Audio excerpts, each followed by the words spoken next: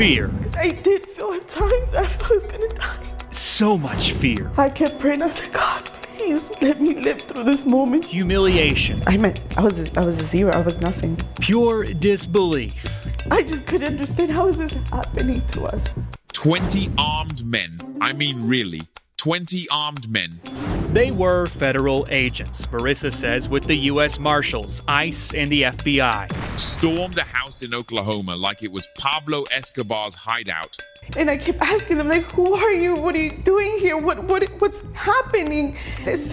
She says they didn't care. We weren't criminals. Why were they treating us like criminals? We were here by ourselves, that we didn't do anything. It's code blue in America. If you don't know, now you know.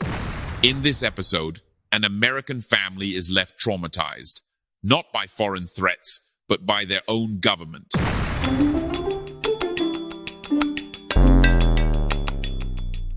You know, America is truly wild when ICE agents start acting like a mix between SEAL Team 6 and the Avengers, but without the intelligence or human feeling necessary to deal with fellow Americans.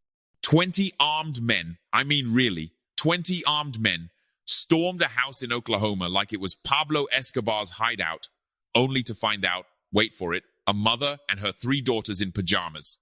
No drugs, no fugitives, no cartel tunnels, just a poor woman who moved from Maryland thinking the biggest danger in Oklahoma was overpriced chicken tenders.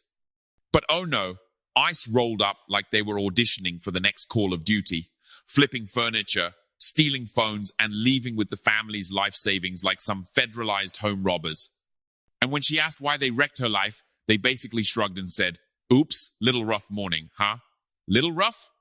I will let you watch a brief clip made by Oklahoma's local TV channel, News 4, on this atrocious case. Yeah, well, get this. That family just moved here about 2 weeks ago from out of state, and this is how their life in Oklahoma got started. They say they told federal immigration agents they had the wrong people, but those agents kept treating them like criminals, even though they're all U.S. citizens. Fear. Because I did feel at times that I was gonna die. So much fear. I kept praying. I said, God, please let me live through this moment. Humiliation. I was a zero. I was nothing. Pure disbelief. I just couldn't understand, how is this happening to us? All just for wanting a fresh start. You come to Oklahoma and you get treated like this. For what?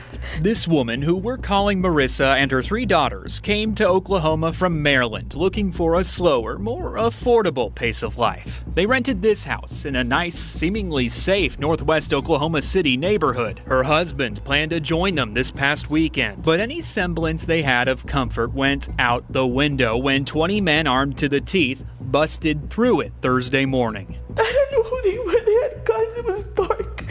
All the lights were off. They were federal agents, Marissa says, with the U.S. Marshals, ICE, and the FBI. And I kept asking them, like, who are you? What are you doing here? What's happening?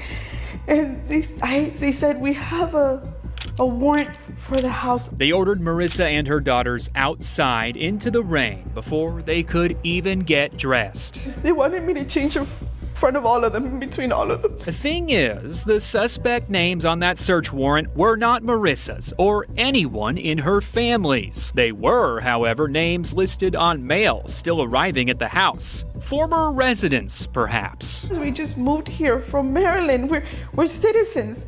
That's what I kept saying. We're citizens. She says they didn't care. We weren't criminals. Why were they treating us like criminals? We were here by ourselves, that we didn't do anything. The agents ripped apart every square inch of the house, taking their phones, laptops, documents, and their life savings in cash as evidence. Like, I have to feed my children. I'm gonna need gas money. I need to be able to get around. Like, how do you just leave me like this, like an abandoned dog? And when they left, they told her something. I know it was a little rough this morning. It was so denigrating. Like, you do all of this to a family, to women, your fellow citizens, and it was a little rough. You have literally traumatized me and my daughters for life. This family has virtually nothing. And I said, when are we gonna get our stuff back? He was like, it could be days or it can be months. Nothing but questions. What if I would have been armed? What if you're breaking in? What am I supposed to think? My initial thought is we were being robbed. My female daughter's being kidnapped. Nothing but likely lifelong trauma. We have guns pointed at our faces. Can you just reprogram yourself and see us as humans, as women, a little bit of mercy, and care a little bit about your fellow human mate, about your fellow citizen, like fellow resident. We bleed too. We bleed just like anybody else bleeds. We were scared. You could see it in our faces that we were terrified. And when they realized they had the wrong house, no apology, no explanation. Although they politely explained, yeah, that was a little rough earlier, like they accidentally stepped on someone's foot in an elevator. A little rough. You tore up their furniture like you were looking for Jimmy Hoffa's ghost. You confiscated their electronics, life savings, and dignity, then strutted out like it was just another episode of Fed Raiders. Honestly, it's comforting to know that if you're a tax-paying, law-abiding American citizen, your government might still treat you to a surprise episode of Home Invasion. Bureaucracy Edition.